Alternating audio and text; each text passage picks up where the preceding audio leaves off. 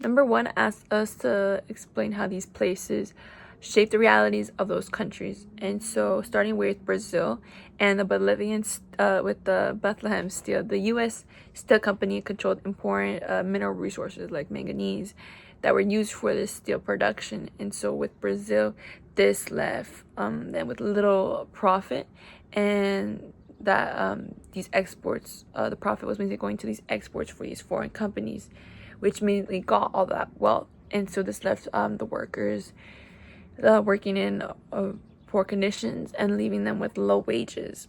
And so the country's economy basically became dependent on exporting these raw materials instead of developing their own industry. Now, with Phillips Brothers and the Bolivia, this company was involved in the tin trade. And so Bolivia had huge tin reserves. And however, the foreign trading companies dominated the market and its prices. So this left Bolivian miners to work in these dangerous conditions, while the profit went mostly to these foreign businesses. And it had ensured there was a cheap supply for the North. With the Standard Oil in Peru and Venezuela, these oil reserves extracted petroleum and controlled large concessions of land. And so much of this wealth obviously left the country, and the workers and the communities could obviously see that they were receiving little benefit compared to the profit made by these large companies.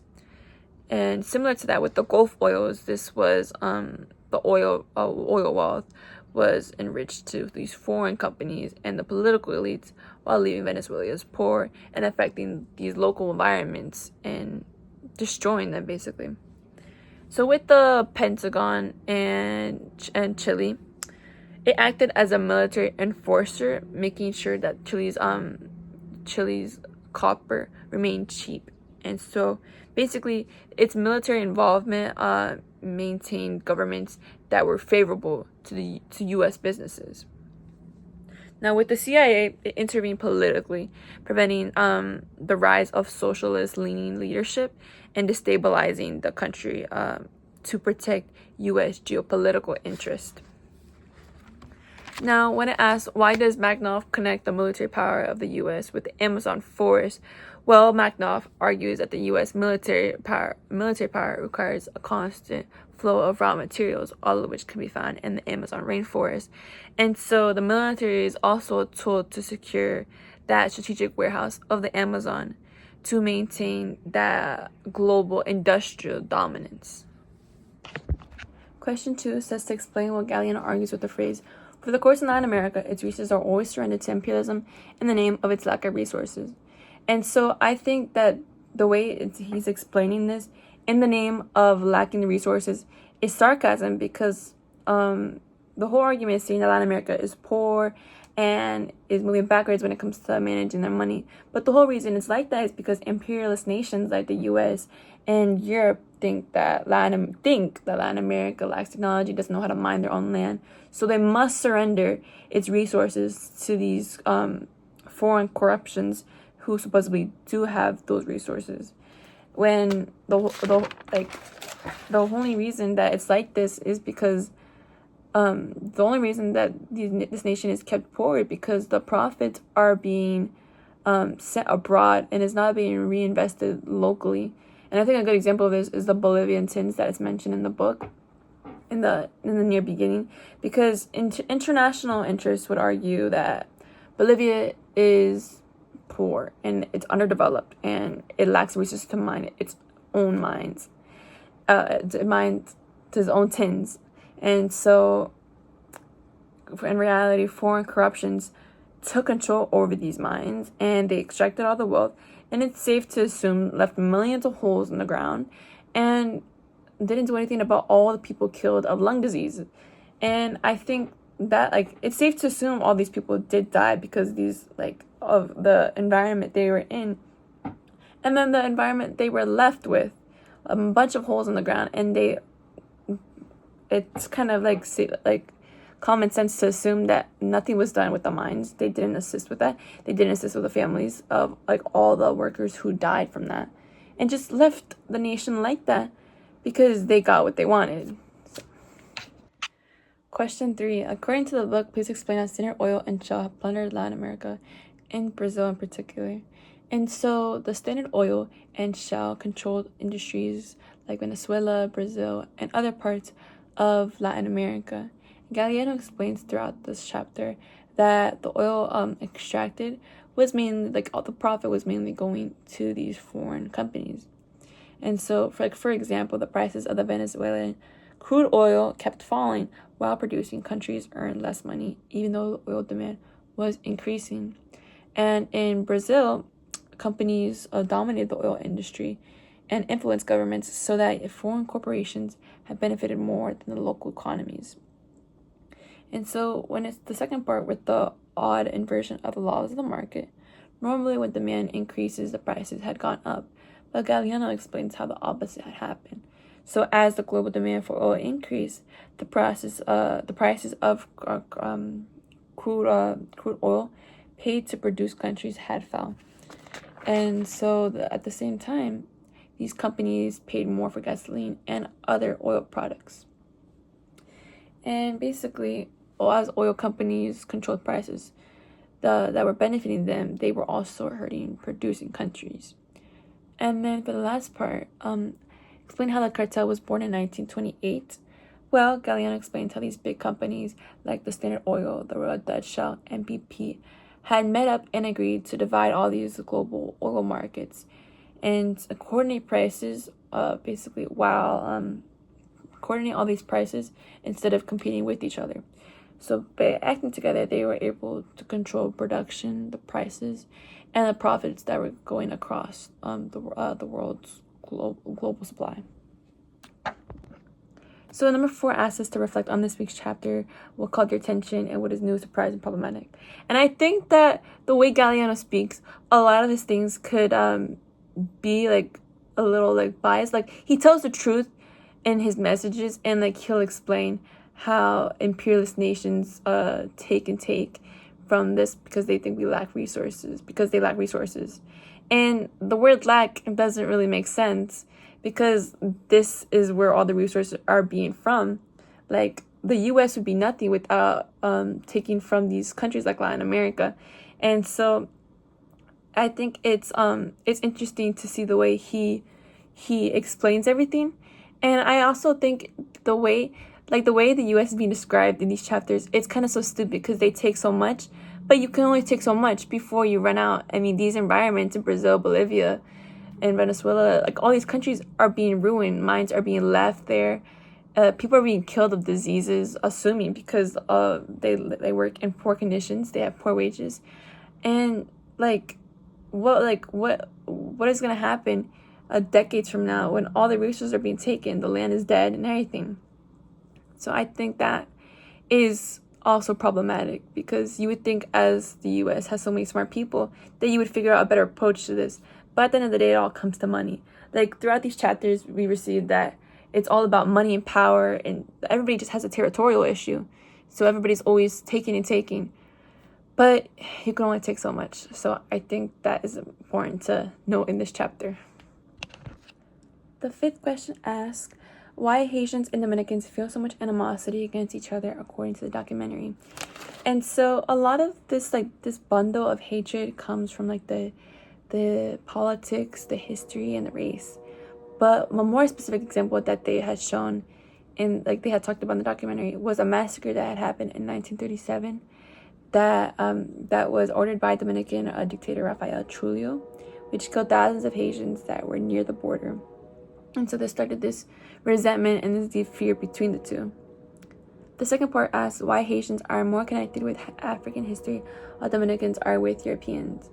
And so Haitians tended to identify more with the African heritage because a great amount of the population had come from being enslaved Africans. And so Haiti became the first Black republic after its revolution in 1804. And then when it came to Dominicans, they often emphasized Spanish and European heritage because the Dominican Republic was colonized by Spain. And so the Spanish language, Catholicism, and Spanish cultural traditions became central to Dominicans and became their culture. The third question: what strategies Trujillo used to be more connected to whiteness and why? And so Rafael Trujillo tried to make the Dominican Republic appear more European by promoting Spanish heritage and culture, encouraging European immigration, and spreading the propaganda that Dominicans were different from Haitians, and that suppressing basically Africans' identity in Dominican history. And he promoted this whiteness for the power and their survival, I guess, because in order to be a strong nation, they thought that they needed to steer away from from people, like the idea of identifying themselves as black, which Haiti had done. And so, what is your overall take on the documentary regarding the race, culture, and perceptions of each culture? And I think it's kind of strange that even though they share the same island, that historical events and political leaders shaped how each country views race and culture. And it's interesting how a lot of Dominicans in the documentary said that they identified as Indio, which was a clever way of acknowledging that the Dominicans weren't white Europeans, but they were also still avoiding the word black. And so it's it's really interesting to see, and kind of sad when a lot of them are asked like how did you learn about your race? Like, how did you learn where you came from? And they had said they had to learn it on their own, and that it wasn't like normal for them. Like, they had to understand like the background and everything. And I also think it's interesting because to them a lot of clips were shown like with the music and the dancing, and that's normal for them, but just across the border that they had different traditions. And I think that because political leaders didn't know, political leaders made this kind of caused this tension that two like the Haiti and Dominicans had to separate themselves so much and they became so different from each other. And so I think that a lot of that was just unnecessary. Question 6, explain what are the independence debt and the double debt and how the Haitian government reacted to solve them. So the independent debt came from when after Haiti had won its freedom from France in 1804, the French government refused to recognize their independence unless they had paid off the lost property, including the enslaved people. So in 1825, France demanded 150 francs under the threat of military attack. And so this was called the independence debt. And then Haiti could not pay it, obviously. So France forced Haiti to take loans from the French banks. And so to cover basically the first payments, which meant that Haiti eventually agreed to this. And so Haiti owned the original payments and then the extra payments with all the interest rates. And that's where the double debt came from. And then how the government reacted to try to pay off these debts, the Haitian government put heavy taxes on exports. So small farmers had they were forced to sell most of their crops and pay high export taxes just to send money to the France and the French banks. Question 7. After paying $560 million to France, what were the estimations done by researchers if that money would have stayed in Haiti, and how Haiti would look like today, and also what benefited that money in France? And so by the time that Haiti did finish paying the debt in 1888, it accumulated to $560 million in total, which for a poor country was a lot of money. And so researchers had came up with two solutions that would have happened if the money had stayed in Haiti. So the money had stayed and been used for the infrastructure and to support the economy. Haiti's economy would be worth $21 billion today. And 2, if Haiti's economy had growth at rates similar to their neighbors, that figure could be as much as $100 to $115 billion today. And so it just basically means billions of dollars that was worth of economic growth, which could have been used to fund schools, roads, hospital, other public goods, was lost. And in France, the main beneficiaries were the descendants of former French slaveholders and plantation owners who received compensation.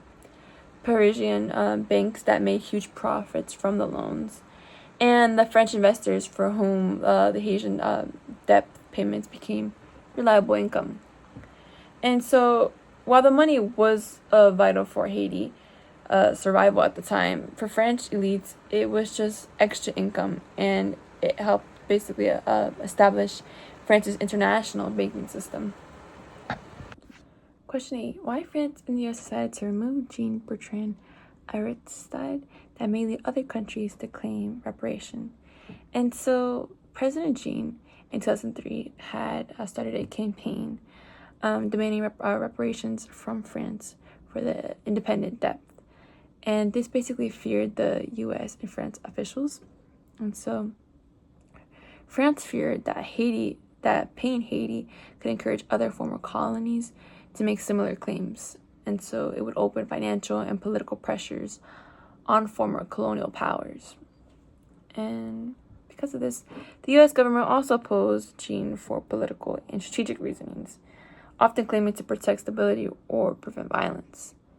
And Jean was basically, because of all of that, Jean was removed from power with the involvement of the France and the US forces in 2004, and it basically officially it ended Haiti's official efforts to pursue reparations. Question 9. What do you think of France's motto, liberty, equality, and fraternity? Is it hypocritical? And I think to answer this, you have to just see this from Haiti's perspective, which it's extremely hypocritical. I mean, France fought for those ideals in its own revolution, yet it demanded huge payments from Haiti, a nation that fought against slavery and colonial rule. And so when Haiti when Haiti was considered independent, they were punished economically. They weren't allowed to celebrate, and they were in debt for so many years. And this money was going, the money that they were sending to France was going to these elites, people who considered this like extra money. This wasn't like a huge income for them. It was just side money for Haiti. The people, this caused so much damage. So